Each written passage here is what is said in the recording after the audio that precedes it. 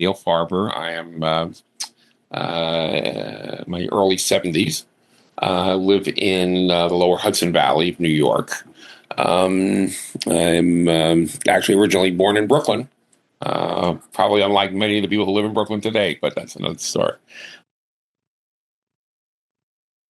I've lived in and around the New York City area my whole life. Been married now for 40 years, two grown children, and as a behavioral healthcare professional for most of a good portion of my career with a government oversight agency, which is an interesting thing for an anarchist to be doing. And now I do some freelance work in my field. My background training undergraduate was economics and anthropology, and then social work as a graduate study. Like I say, I grew up in a suburban community outside New York until we were about 10. My father was an attorney. Unfortunately, he had a very serious health problem, and for financial reasons, we wound up having to move back into the city. We went to Queens and grew up there. Parents are basically, I'm second generation American. My grandparents on both sides were immigrants from Eastern Europe, Russia, and Poland. And really not an eventful childhood per se. Parents were basically liberal Democrats. I certainly grew up around that. My father actually at one point had been active in the Democratic Party. But always, as I said, I was always a very big reader and very curious about things. In 1969, when I was 14, started to, it was the kind of the height of the anti-war movement. Actually, I'm sorry, I was 16. Height of the anti-war movement. And there was a lot of my high school had a pretty good amount of, folks on the left. We had actually one of the few high schools that had a high school SDS chapter for a while. And then we had a big group of what was called at the time high school student union. In New York City in those days, there was a lot of, activity among high school students. So some of it, interestingly enough, was around opposition to the dress codes. I remember we went on strike for the right for boys to wear jeans and girls to wear pants. That seems probably very bizarre to young people these days, but that was something we actually had to fight for. And of course, the anti-war movement, particularly with the events of Kent State. We actually had a brief kind of takeover of my high school, and definitely propelled me into political awareness and activity. Now, at the time, Maoism was very popular among younger people. It was the whole kind of mystique of the Little Red Book and the Cultural Revolution and all that sort of thing. So, many people of my age, kind of initially was attracted to Maoism and carried the Little Red Book around and all that. But it didn't take that long to start to feel like there were some real odd contradictions. As I start to hear about things like the Hungarian Revolution and the opposition, the left opposition to Bolshevism and then Leninism. That to begin to wonder. And at some point, I happened to on some literature about the IWW, the Industrial Workers of the World, and I found it very interesting. And I think I got a book in the school library or something. And there were two people I knew, were a little older, but lived in my community, who were actually very inclined towards anarchism and were interested in the IWW. So we talked for a while and eventually made a date to go meet with. There was a local IWW branch. We met with their secretary. I remember the date well. It was June 25th, 1972. So I sort of count that as my formal initiation into class struggle anarchism. So I started to get active in that area. Maybe back to the local branch, or still a lot of older people. The other institution that existed in New York in that time with the anarchist movement was something called the Libertarian Book Club. Contrary to its name, not affiliated with the Libertarian Party in any way. It was pretty much all left anarchists and maybe a handful of individualist anarchists, but it was an organization that had been founded back in 1945 originally. And really its initial purpose was to do publish books and to hold periodic discussions. They'd have an annual luncheon and talk and all that sort of thing. But by the early 70s, they actually decided to start having regular talks. And I remember going to that and also meeting a lot of the older anarchists. And they were, to me, they were fascinating. I mean, people were veterans of the Spanish Civil War, old Italian anarchists who told stories about, having fled conscription in World War I, that sort of thing. And, people who were very involved with the, worker upheavals in the 1930s and so forth.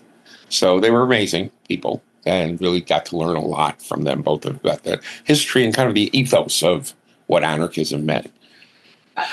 They tended, however, they were old folks, kind of like I am now. And they were kind of set in their ways and very set in their opinions about what they thought anarchism was and wasn't. And we've had some battles about that. But going back to the IWW, so I became actually the branch secretary for a while. There were some internal problems there, and I dropped out for a bit, and then came back and so forth. But that was sort of my introduction to anarchism. Right around that time, things started happening in the late 70s. First, there was the New York City, I'm familiar with it, the economic crisis in New York City. It's a huge issue of, but besides a general recession starting in 74, that a lot of upheaval and resistance to basically austerity measures that were happening to workers, particularly public sector. So there was a group forming, people who had been active in a number of organizations on the left, something called the New American Movement, which was actually one of the predecessors to DSA today, and other sort of rank and file groups. Some of them were older and actually had been in the Communist Party back in the 40s and 50s. And but they were trying to pull together a coalition of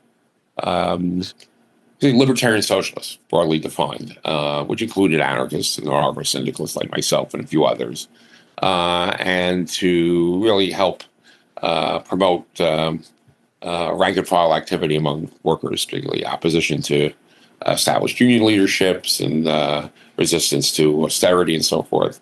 So we formed a group called the Workplace Organizing Committee initially, and eventually it morphed into a newspaper called Against the Grain. That published for about 4 years. I was very active on the editorial group of that. And really was a local paper. In fact, at some point, if you're interested, I can send you a set of them. I have a few sets of the paper in my attic here, so you might find it very interesting. So that was part of my activity.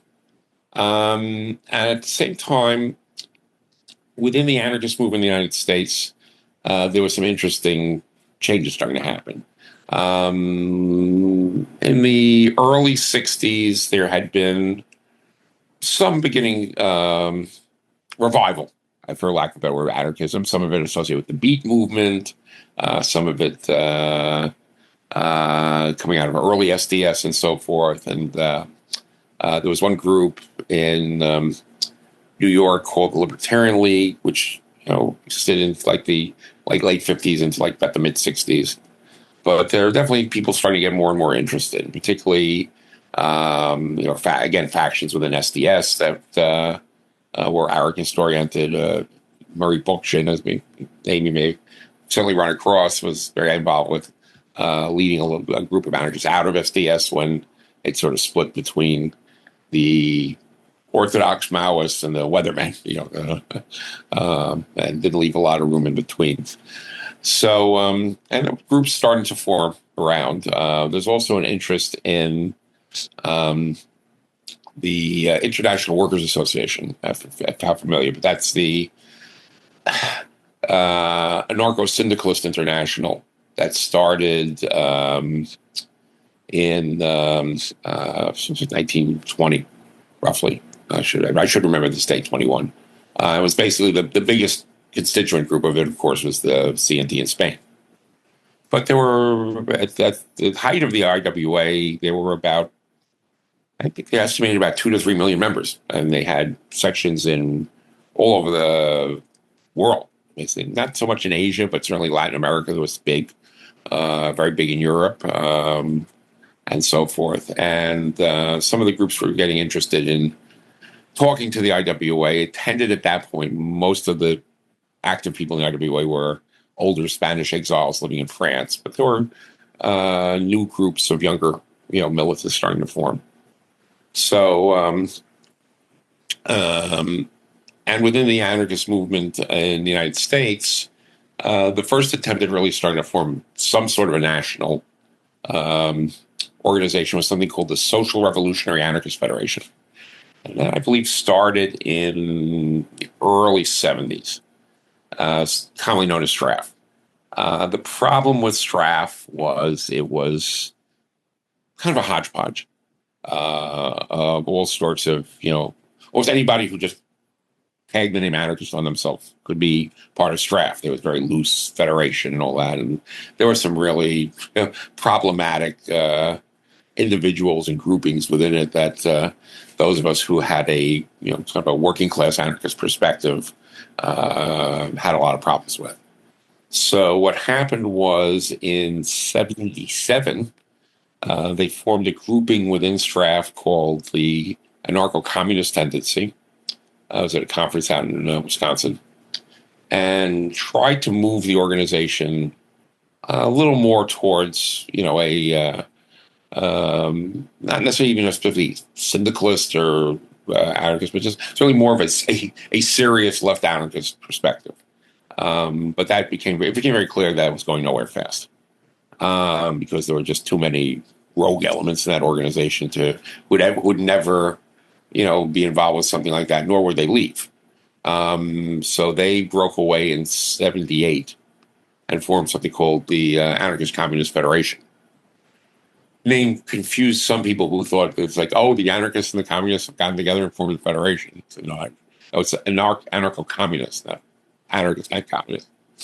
And a group formed in New York called the Libertarian Workers Group, which included some of my friends from over the last few years, people I knew from the IWW.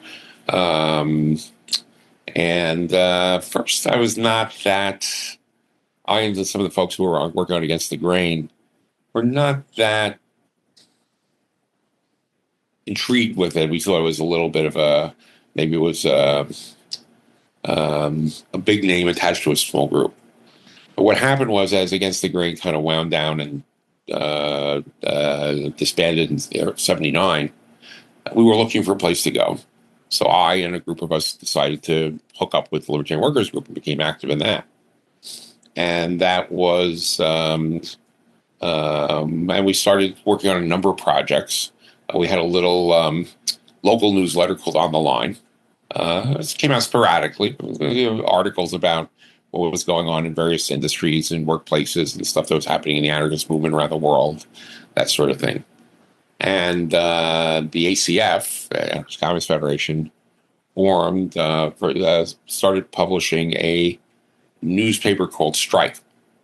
And right around that time, it's 79, 80, a group of anarcho-syndicalists in the Bay Area decided to put out something of a more theoretical type publication, a little more in-depth analysis. And that started with something called Ideas in Action. And there was new work developed about that. The problem that happened in the ACF is in around 1980, the real divide opened up between people who were very, this is my own opinion, but I think not my own, but a shared opinion, very dogmatically attached to the IWW as the place that people should be organizing in, whereas a lot of us felt that, that there was a role for the IWW to play, but that we also wanted to do things like including, rank and file mobilization within the existing trade unions, and also in the other types of independent unions. The concept of workers' assemblies was starting to come forward, and out of Europe at least, and that we really should have a more pluralistic approach. The other divide was a real knee-jerk hostility among the folks who we weren't getting along with to its Marxism. And a lot of us felt that, Marx contributed a lot. Even Bakunin talked a lot, even though he hated Marx in terms of his activity in the First International. He always spoke very highly of Marx's economic analysis, was actually responsible for translating Capital into Russian. And that Marxism, in terms of its analysis and, historical perspectives, and anarchism weren't necessarily inimical. And that we should also be free to draw from traditions we saw fit, including there was definitely a libertarian strain among within the Marxist milieu around the world. That was much more non-Leninist and at the same time not social democratic either. I really talked about organizing from below and workers' powers as through things like councils, assemblies, and so forth. So that became, we had a conference in West Virginia in 1980. That split became pretty much irrevocable.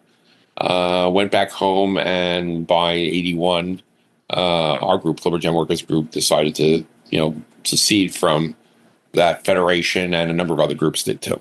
The federation kind of hung on for about another year or so and then folded. But then we were, looking to regroup. So there's sort of two different networks, one around the newspaper strike. The newspaper strike basically was being published out of Toronto, and that kept going.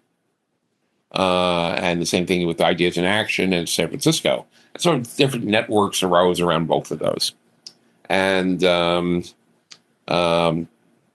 we were involved with both, and it's starting a chance to really develop relationships and so forth. Right around, I mentioned about, go back a little bit to 79, the LWG, Libertarian Workers Group, sent a delegate to an IWA Congress in Paris. And then we became affiliated as like a local propaganda group, as a sort of a big national organization. And then at 84, there was another Congress happening. So my wife, who has some interesting stories to tell too, she was living in Spain in the 70s under Franco, and actually did some work, some stuff for the anarchist underground there, and was actually involved with smuggling messages to a political prisoner. Her name shows up in a book by Stuart Christie. So, and she worked on, by the way, Against the Grain too. We were not a couple at that point. We became a couple later. Anyway, so there was a Congress in Madrid, and decided that I was willing to go as a delegate. And she hadn't been back to Spain in over a decade, so she was interested in going too. So went there and met with the narco-syndicalists from a wide range of countries, and had some conversations with them, especially a lot of the younger activists. And came back with the idea that, look, we could do this. We could have a national anarcho-syndicalist organization here based on the networks we'd already built up. And decided to hold a conference, which we did in New York City on Thanksgiving of 84, and then formed what's now the Workers' Solidarity Alliance, which is still here, and affiliated with the IWA. And we basically used Workers' Solidarity Alliance for years, and it's been, now it's been here now for 40 years, as a, format for organizing propaganda. We had the publication Ideas in Action, we sponsored. Some of us also were in a project called Libertarian Aid to Latin American Workers. And we published 3 issues of a newspaper called No Middle Ground. A magazine, I should say. It's kind of a pamphlet-sized magazine, talking about the libertarian anarchist opposition strains in Latin America, which were significant, and unfortunately, which the Leninist organizations would never talk about. Of course, they talk about the guerrilla groups or the Marxist-Leninist groups that were there, but nobody ever talked about either the libertarian anarchist kind of rank and file opposition groups that were burgeoning in Latin America. So that was one of our projects. A few of us, wasn't an official WSA project, but a few of us got involved also with something starting in the early 80s called Neither East nor West, which basically existed to promote solidarity between kind of left and environmental activists behind the Iron Curtain or in the Soviet bloc and in the West as well. And the idea being that we were interested in neither not Moscow nor Washington. That was a very fun, interesting project. Put out a few issues of a newspaper called On Gogol Boulevard. Gogol Boulevard being the kind of place in Moscow where the dissidents and free thinkers hung out. And did a lot of we do like pickets or demonstrations and in support of political prisoners in the Soviet Union and the Soviet bloc. I remember one particular guy who was put on trial for trying to organize an independent trade union. Actually, we bombarded the judge in the case with telegrams. And I heard through our sources that the judge was like, what the hell? Why do I have 30 or 40 telegrams from people in the West about this one guy?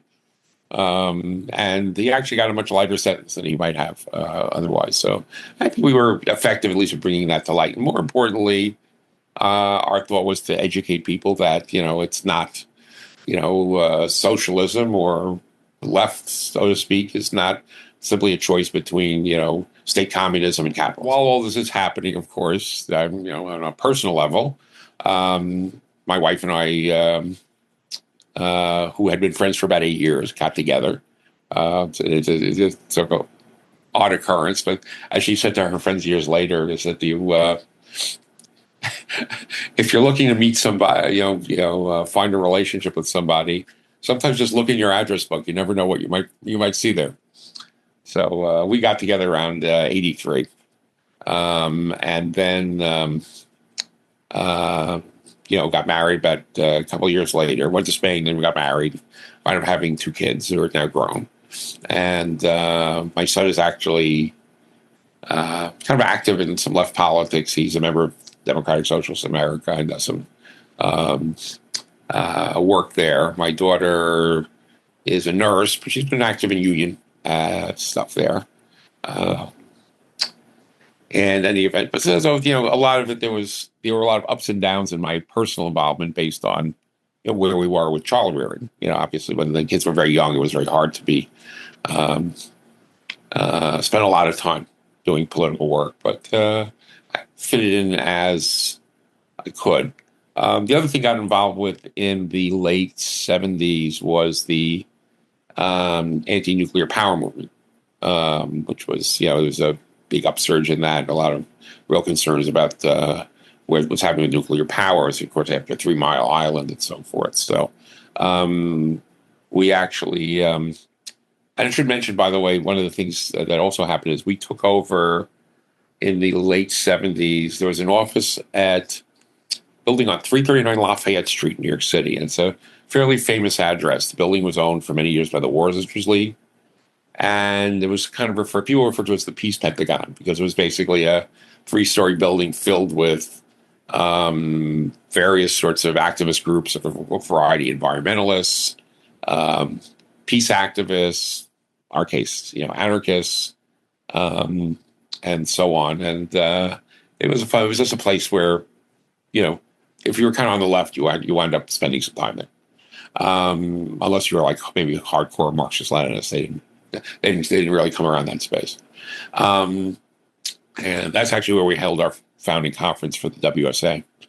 And one of the groups that we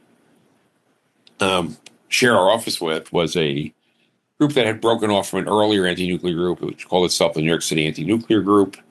And we got involved. We also, shared some activities with them around nuclear power, opposition, and so forth.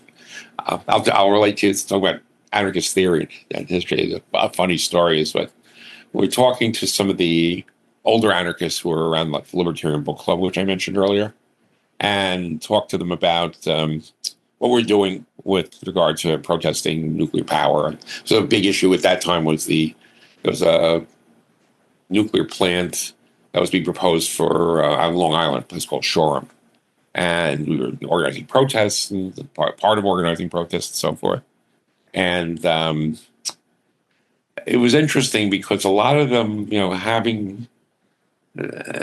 were kind of very much, of the old school Enlightenment idea that, science and rationality was really important, and this was about, you could, chain up, scientific progress and all that. And they were a little perplexed by it until one of them finally piped up and said, one of the older anarchists, "You don't understand.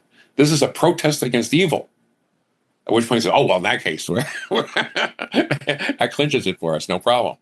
But it was just very interesting to hear their perspectives, because they really could almost like kind of a 19th century Enlightenment view of the world, which is very interesting.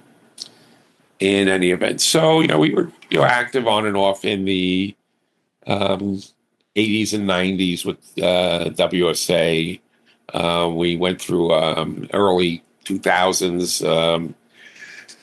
There was a very unfortunate split in the group. Basically, a group came in from outside and basically tried to take it over, and actually succeeded in that for about a year until they gave up and went away. And then we were left with the remnants of WSA. And then, that's been... Meanwhile, I was getting active in other things. First of all, I got much more settled into my community, got involved with some local politics and some things that some anarchists might look askance at in terms of even doing local electoral activity and that sort of thing. But I felt it was... the anarchist revolution was not around the corner, and therefore it made sense to try to do things in the here and now. I was also fairly active in my own public employee union. Actually, was a local president for a while. So I was doing some things around that too. And then retired about 9 years ago from my government position. And I've been doing some consulting and, freelance work in my field since then. But it's also afforded me a lot more time and energy to be involved with more political stuff. One of the areas I've also got very involved with is advocacy around substance use issues, which is my area of concentration, and including a lot of advocacy around decriminalization and ending mass incarceration and so forth. So that's been a pretty big area. Plus, I had the opportunity to join a couple of boards of local organizations that were doing human services, which has been very, very gratifying. And what had happened was I had not really been that active in WSA. It kept my membership going, but wasn't doing much else. But about a year or so ago, there were some issues and some concerns, and some of the folks who had been active in the group wanted me to, kind of get back involved, and I've done that, and actually did the presentation. It's one of the things that Nathan saw is presentations. I went through the history, a lot of the stuff that I'm talking with you about now, and so forth. And that's where I am today. In some respects, there are some interesting. I've had to reconcile contradictions in my life.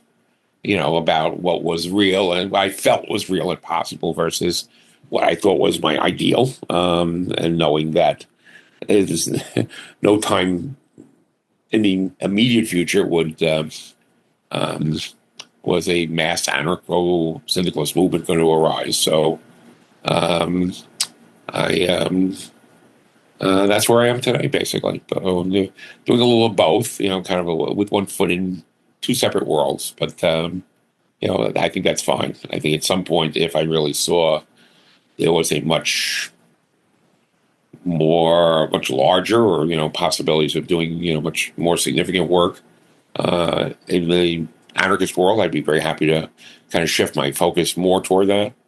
But in the meantime, it's sort of a balance of doing what's possible and will just make lives of individuals better in the immediate run, versus the what I believe is the ultimate hope of the future. Historically, anarchists have been pretty strong on, for instance, avoiding electoral work, and just basically saying that, well, you have these old slogans, whoever you vote for, the government gets in, and that you're basically helping to prop up the false idea that the current system is a democratic system and so forth.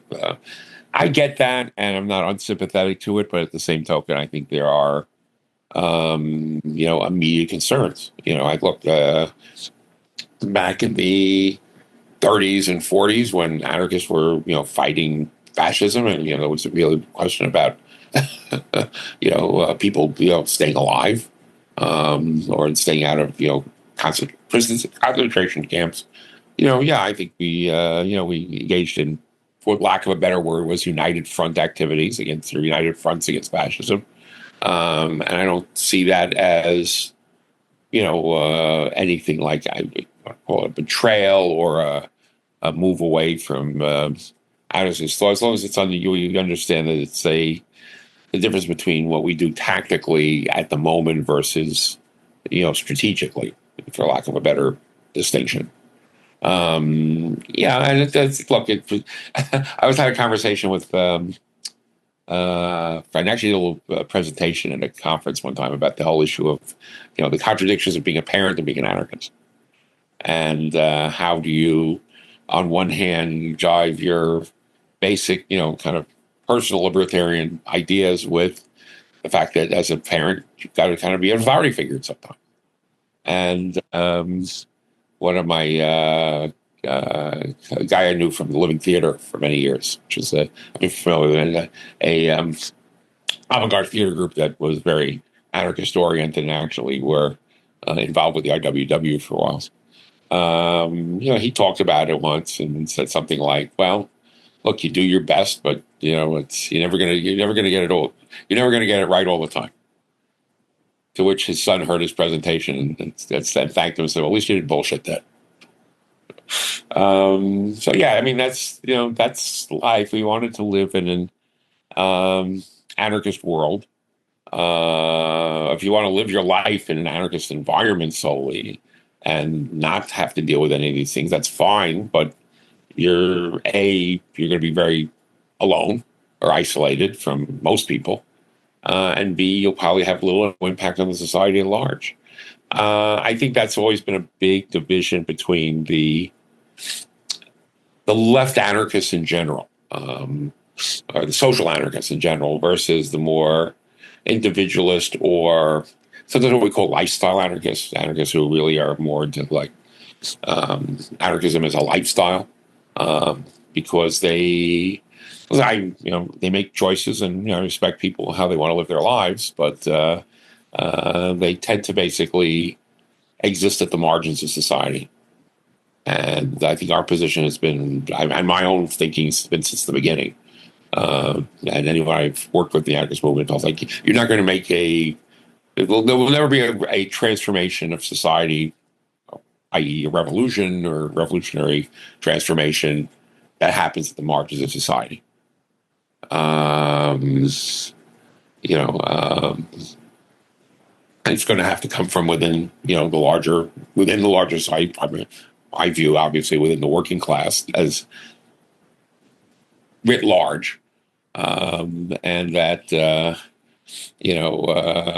that to live in a larger society, you're going to have to make some choices. You have to make some compromises at points, and maybe do some things that you might not thrill you to do. Look, there are plenty of anarchists who used to say they would never work for a wage because they were contributing to the wage labor system.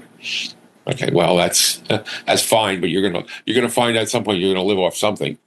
Either it's going to be off daddy's trust fund or off public benefits or something, in which case you've done nothing to disturb the system. If just anything, you've just found yourself a little niche in as I said, in the margins of society, and that's not the way I see the world changing.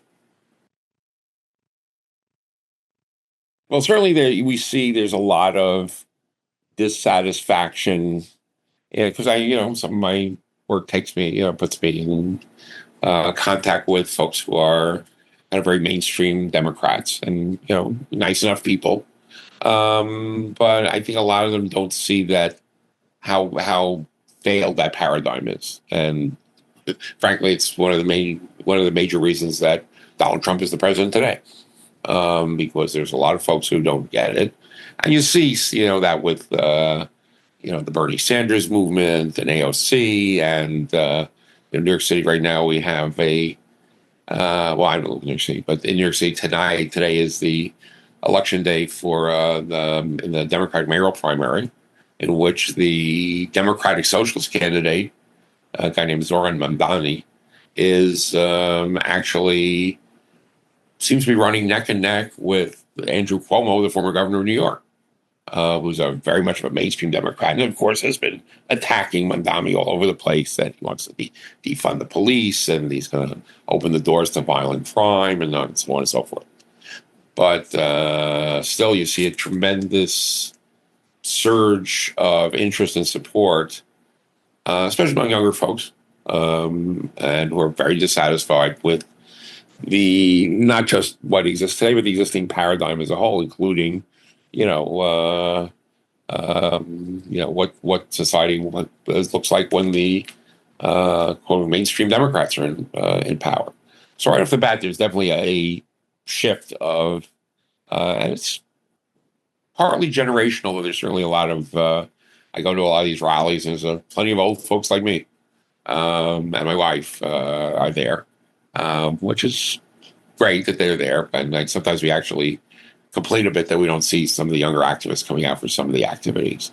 But there's definitely a strong current in the United States that says wants to move further away. And I mean, a general dissatisfaction with the way society is being run as a whole. The question becomes is how can that move even further into something that's closer to a libertarian, socialist, or anarchist perspective. I think that if folks can present a cogent and,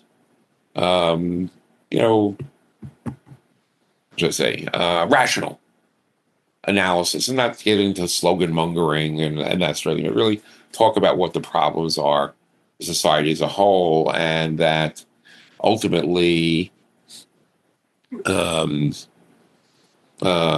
states as they exist will not provide a true transformation in society, and really the idea of having a classless society. I think there are openings. There's no question. I think that, ironically, in some respects, even the right populist movements have led to some questioning about what sort of society you want, and in their own perverse way, they've hit on some issues that are that I don't think that the liberal social democratic mainstream has really started to address.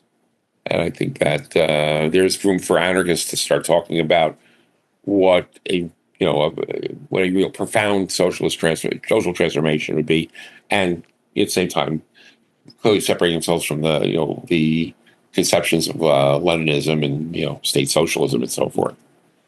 So I think there's opportunities, but I think it requires both some skill and clear thinking on the part of those who are advocating for a left anarchist or libertarian socialist position, and then be a willingness to quote unquote get your hands dirty and to be involved with movements or events that may not necessarily be up to your speed. For instance, I know at some of the anti-Trump rallies, there are a lot of people who like to bring American flags.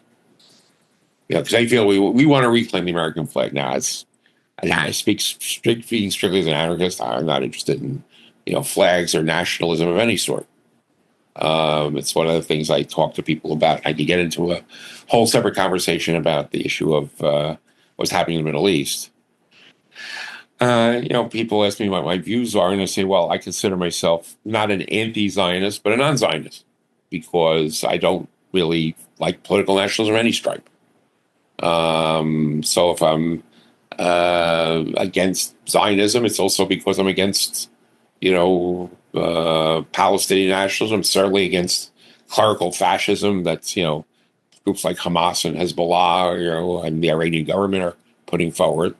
So I think that where we succeed is by pointing out and saying essentially that there's a third way. It's not. It's as our group was called, it's neither East nor West, neither capitalism or state communism, and that there's a path that's been historically defined for many years, and that we need to adapt our thinking towards what's happening in the 21st century, and not rely on ideas that were necessarily or approaches that were formulated back in the 19th and early 20th centuries. Yeah, I could start by differentiating from why I don't favor Leninism, because I think that our experience has been very clear that when Leninists have come to power, that there's repression and bloodshed and death always follows. And arguments I've had with friends who are well-meaning folks, but let's say Trotskyists, for instance, will say, "Oh, well, this is all about Stalin." I said, "No, the path to Stalinism started with Lenin, because the fundamental view that the party, the vanguard party, so to speak, could substitute itself for the entire people or for the working class, and is fundamentally flawed and eventually takes you down the road of dictatorship. There is no other way that will end." And we've seen it over and over in every society, and including in a number of societies where, there were healthy and active anarchist movements that were part of, very legitimate revolutions. Most recent one may be Cuba. There's a book, like Comrade Sam Dolgoff wrote a very good book about Cuban anarchists. And, that's inevitably there's, violence and repression against anybody who dissents and who doesn't want to, wants to see power devolve to the working class and the people as a whole, rather than to be concentrated in a political party. So, I rejected, Leninism, as I mentioned earlier, very early on, because I differentiate my own politics from that back as a teenager. And at the same time, we don't see, however, that the internal contradictions of capitalism as it exists today are just continue to expand. Increasing disparities of wealth and income, concentration of power in fewer and fewer hands, and whether it's overt authoritarianism or authoritarianism that's hidden behind IT,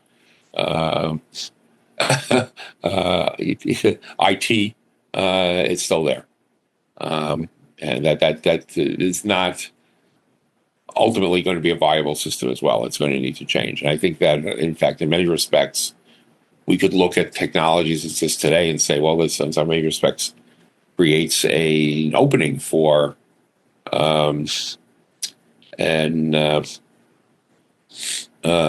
more liberatory society. That the technological means are there much more than they were ever in the past. So, in some respects, I am doggedly hopeful. I know realistic. I don't expect that it's likely in my lifetime that will happen, but yeah, doesn't mean you don't keep working for it. There's a wonderful saying in the Talmud. I'm kind of very involved with Jewish study, and I'm very interested in that as well. And it talks about it is not up to you to complete the work, but neither are you free to abandon it. And it's kind of my approach. Is that, you know what, I'm already in my 70s. I don't expect the world to be transformed in my lifetime, but it doesn't mean that I don't feel an obligation to do what I can to work both on a practical level and ultimately toward my ideals for what I'd like to see the world look like. If we look historically, we've seen instances of great upheavals that came literally from the bottom up, even within the United States, which is a very much ignored part of the history of the working class in the United States, about the opportunities that workers had to self-organize and to mobilize themselves without direction from above. And unfortunately, maybe those things have been fleeting in terms of the duration, but they kind of give you an idea, an example of what could happen when people really begin to understand that they have the ability to take power into their collective hands and to transform society into meeting their needs and doing it in a way that is fair, equitable, and democratic. One of my favorite quotes was this was Mikhail Gorbachev during the time of the transformation of the Soviet Union, was criticizing people who were pushing for too many, what he thought were too many reforms. They said, democracy without limits is anarchy. And so my comrades and I've gotten a hold of the quote, and actually it was in German. We managed to translate it, and we realized, says, well, he's got it right, but he's got it backward. It's rather that democracy without limits is anarchy. It's anarchy is democracy without limits. And I think that kind of defines my viewpoint on life. It's really about, a world in which democracy exists on all levels, not just, going to a polling place and voting every year or 2 years or 4 years, but in our day-to-day lives, that there are institutions and ways of governing ourselves that are truly democratic and allow, without the phrase we use a lot, without power, profit, or privilege.